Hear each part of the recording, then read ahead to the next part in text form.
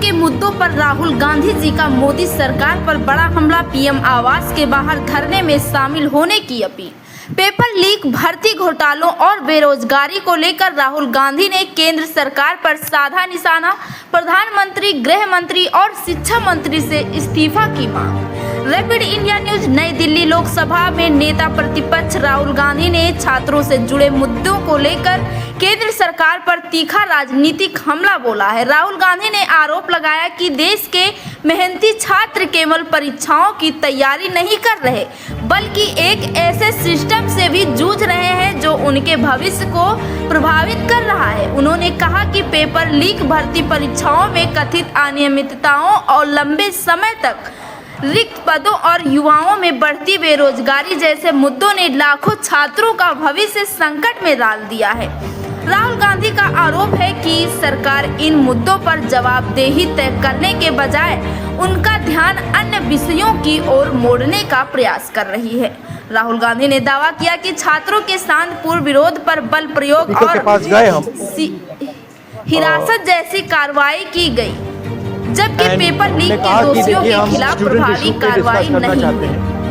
उन्होंने प्रधानमंत्री नरेंद्र मोदी जी के केंद्रीय गृह मंत्री अमित शाह और केंद्रीय शिक्षा मंत्री धर्मेंद्र प्रधान से नैतिक जिम्मेदारी लेते हुए इस्तीफा देने की मांग की। राहुल गांधी ने देश भर के युवाओं और नागरिकों से प्रधानमंत्री आवास के बाहर चल रहे धरने में शामिल होने की अपील करते हुए कहा कि छात्रों के भविष्य, शिक्षा व्यवस्था में पारदर्शिता और जवाबदेही के लिए आवाज उठाना जरूरी है।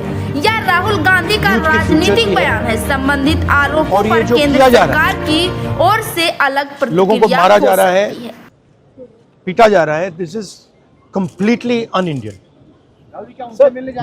Modi ji has not even apologized for what has happened yesterday. Now, ये जो युवा हैं, ये एजुकेशन सिस्टम के बारे में, टेस्टिंग सिस्टम के बारे में प्रोटेस्ट करते हैं। पूरा देश जानता है कि education system, testing system is broken. It has ceased to exist. Testing system has been hollowed out by termites. That is all they're saying. Nothing wrong with it. We've been saying it. I've been doing presentation after presentation about this. Why is the Prime Minister silent? What is the reason? He should apologize to the students and he should stop this nonsense of police people thrashing students. It's completely wrong. हवाला देते हुए किरण रिजिजू ने कहा कि आज वो NDA की बैठक में प्रधानमंत्री ने कहा कि हमने त्वरित एक्शन लिया, हमने बहुत रैपिड एक्शन लिया। We are concerned. Prime Minister is concerned about the students and their future.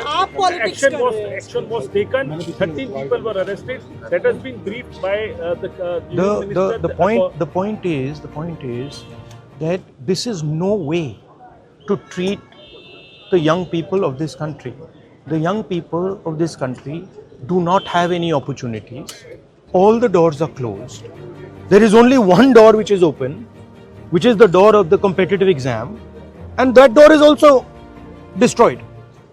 What are these students here? They are not just complaining about the education system. They are complaining about their future. They are saying that in this country today, because of Mr. Adani and Ambani, because of the RSS complete takeover of the education system, because of the pracharaks becoming vice chancellors of universities, we have no future. That's what they're saying. This is not just about education. This is about the future of young people. They watch, they look at Mr. Ambani's wedding and they watch 1,000 crores being spent over there, and they have no money to open a business if they want. They have no future. That is what this is about. This is much bigger than simply education. This is the students of this country saying, in India, we have no future. We want a future. This is legitimate. There's nothing wrong with this.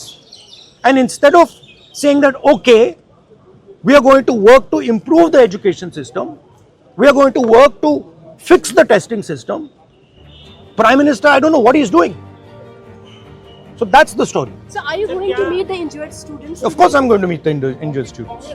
क्या धर्मेंद्र प्रधान के इस्तीफे से कम में आप लोग मानेंगे? This is Dharmendra Pradhan.